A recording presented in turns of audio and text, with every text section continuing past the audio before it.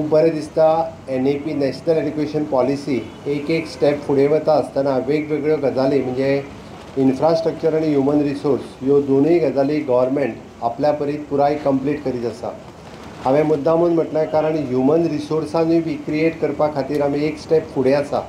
काल म्हणजे नीती आयोगाच्या मिटिंगेंत आनी CM कॉन्क्लेवात एक्सप्लेन करता आसतना हांवें मुद्दामून म्हणजे गोवा एक स्टेप सातत्यात बाकी स्टेटीच्या पेक्षाय खूब फुडें आसा.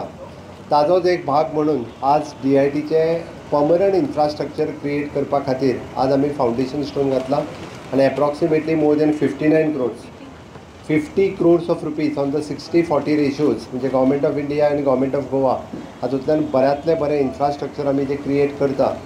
हातूंत म्हणजे DITची सगळी स्टुडंट्स हांकां उपयोग जातलोच बट रेगुलर टिचर्स ज्यो आसा तांकां टायम टू टायम ट्रेनींग हांगासर दिवप हें ह्या इन्स्टिट्युशनान जातलें.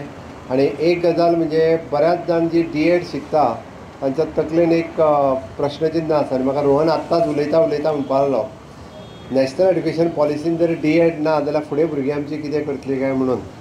तर ताजोय विचार सरकार करता आनी म्हाका दिसता आमी फर्स्ट फेजींतल्यान आसा त्यो बॅची आमी कन्सिडर करतले. बरोबर आसा? हां, तांकां शॉर्ट ब्रीज कोर्स जो आसा पळय न्ही तो ब्रीज कोर्स दिवन ती इलिजिबल जातली फॉर अ टिचर म्हणून.